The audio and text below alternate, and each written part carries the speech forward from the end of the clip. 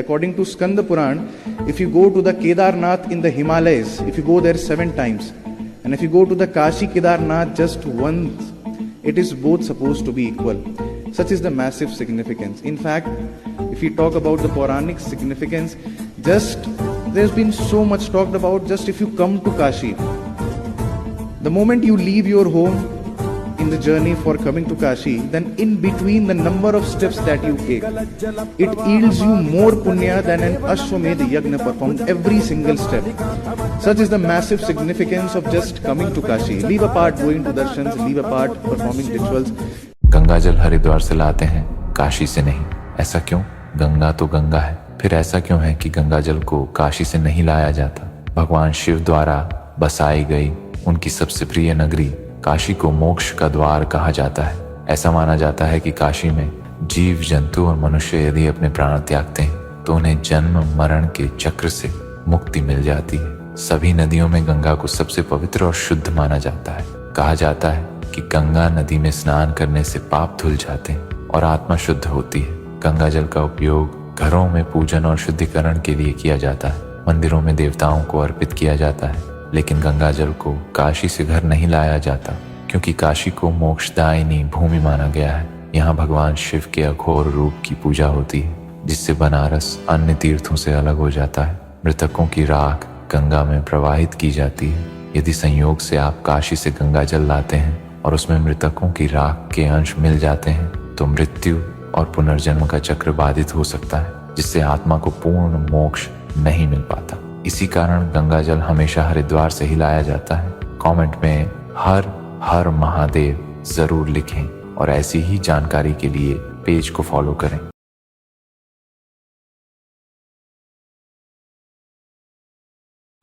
ओम सौराष्ट्र देशे विशदे तिरम्ये ज्योतिर्मयं चन्द्रकलावतंसं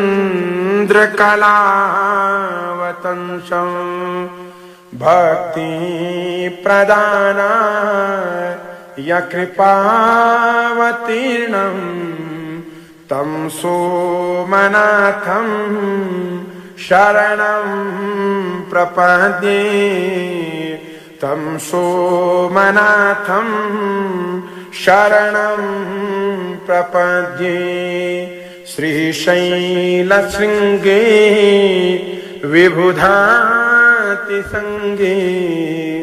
तुलाद्रितुङ्गे विमुदा वसन्तम् तमर्जुनं मल्लिकपूर्वमेकं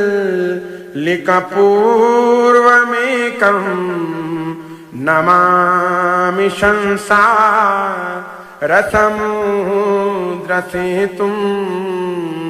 नमामि संसारसमुद्रसेतुम्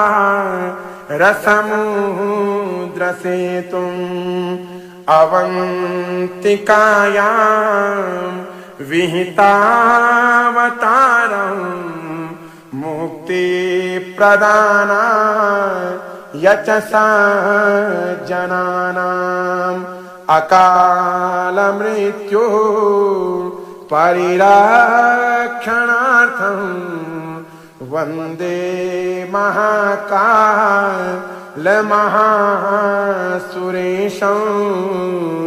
वन्दे महाकालमहासुरेशं।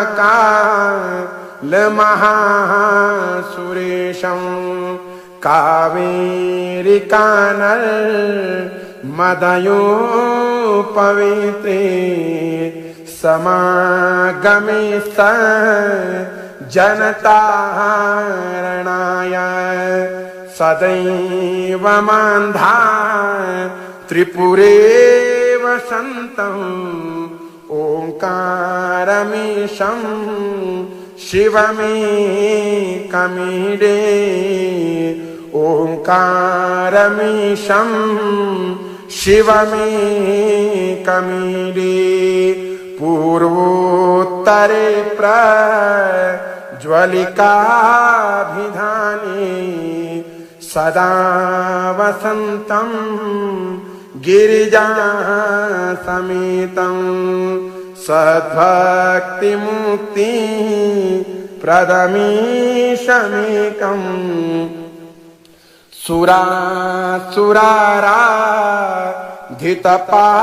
सुरासुराराधितपादपद्मम् श्रीवैद्यनाथम्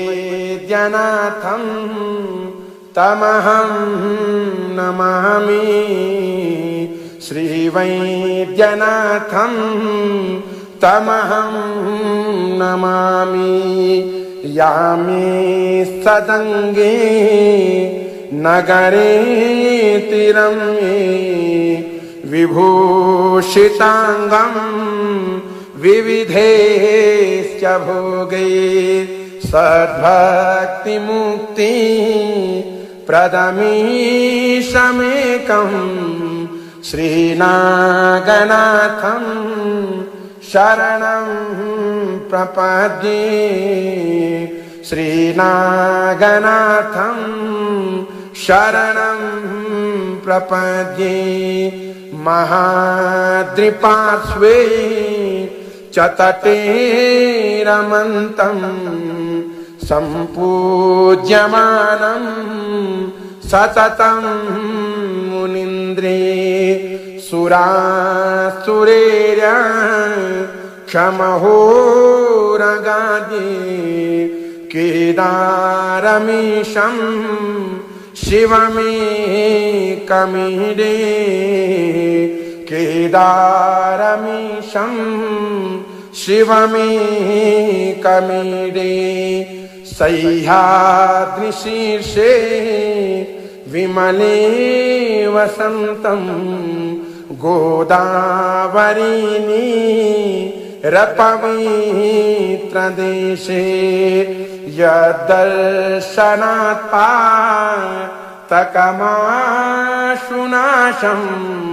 प्रयाति तन्त्र्यं बकमीशमीडे प्रयाति तन्त्र्यं बकमीशमीडे सुताम्रपर्णी जलराशियोगे निबध्यसेतुं विशिखैरसङ्ख्ये श्रीरामचन्द्रेण समर्पितं तं रामेश्वराख्यं नियतं नमामि रामेश्वराख्यं नियतं नमामि यं डाकिनीशा किमिका समाजे निसेव्यमानं पिशिताः शनिश्च सदैव भीमा द्विपदा प्रसिद्धं तं शङ्करं भक्तहितं नमामि तं शङ्करं भक्तहितं नमामि सानन्दमानन्दवने वसन्तम् आनन्दकन्दं हतपापवृन्दं वाराणसीनाथमनाथनाथं श्रीविश्वनाथं शरणं प्रपद्ये श्रीविश्वनाथं शरणं प्रपद्ये इलापुरेरं म्यविशालकेऽस्मिन् समुल्लसन्तं च जगद्वरेण्यं वन्दे महोदारतरस्वभावं ग्रीष्णेश्वराख्यं शरणं प्रपद्ये ग्रीष्णेश्वराख्यं शरणं प्रपद्ये ज्योतिर्मयद्वादशलिङ्गकानां शिवात्मनां प्रोक्तमिदं क्रमेण स्तोत्रं पठित्वा मनुज्योतिभक्त्या फलं तदालोक्यनिजं भजे च फलं तदालोक्यनिजं भजे च कृतेन अनेन अद्य दिने द्वादश ज्योतिर्लिङ्गस्तोत्रपाठाख्येन कर्मणा धीश्वर भवानी शंकर महारुद्र महामृत्युंजय श्री भगवत्केदारेश्वर चरणारविन्दं प्रीयतां नमः। श्री साष्टांग शिवार्पणमस्तु शिवागेदं नमः। श्री साष्टांग जगदम्बार्पणमस्तु अम्बा प्रियतां नमः। हर ओं तत्सत् हर ओं तत्सत् हर ओं तत्सत्। कुल केदारेश्वर महादेव की जय। श्री श्री अम्बे मातु की जय। सत्य सनातन वैदिक धर्म की जय। ओम नमः पार्वती पतये शिव हर हर हर महादेव शंभो। कि एक चौराहा है चौक नाम का। चौक तो हर शहर में होता है। वो क्षेत्र है जो आनंद कानन जिसे कहा गया है काशी खंड में स्कंद पुराण के। उसी चौराहे से चौक से एक रास्ता जाता है काशी विश्वनाथ मंदिर की तरफ यानी धर्म की तरफ। एक रास्ता जाता है मणिकर्णिका की तरफ यानी मोक्ष की तरफ। एक रास्ता जाता है ठठेरी बाजार की तरफ यानी अर्थ की तरफ। और दाहिने वाला रास्ता जाता है दाल मंडी की तरफ काम की तरफ। धर्म अर्थ काम मोक्ष चारों संपुंजित हो जाते हैं उस चौराहे। देवा सबना दास अन विलासे वणु ध्याय करे पण गंगा गोथा खाई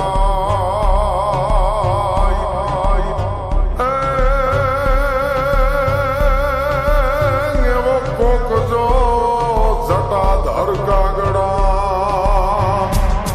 बब के गण भूत भयंकर भूतलनाथ यदंकर तैनकते बन के दल यंबर बाधाई बंकर गांजत जंगर पाहगते डमरुई दडंकर दडंकर दडंकर डमरुई दडंकर धा जटंकर शंकर ते कैलाश सरे परमेश्वर मोद धरी पशुपालन काम प्रजालन नाच करे जी काम प्रजालन नाच करे हर रंग ब्रह्मांड हले दड़रम दड़ डाकर डाक बजे जललम दंग जल कराल जरे सजरम धड़रम गण सान सजे करके धारणी कड़रंग हरणम मुखनाथ कृजंत हरे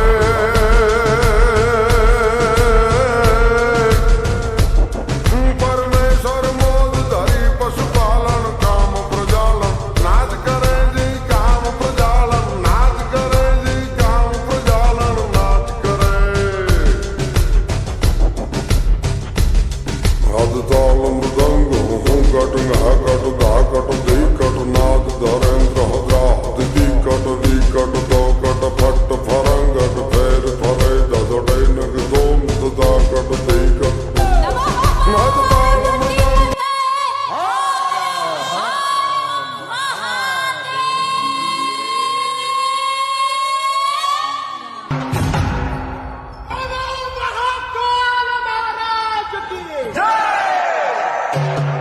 लेडीज एंड जेंटलमैन 144 साल बाद लगे पूर्ण महाकुंभ में आप सभी का स्वागत है।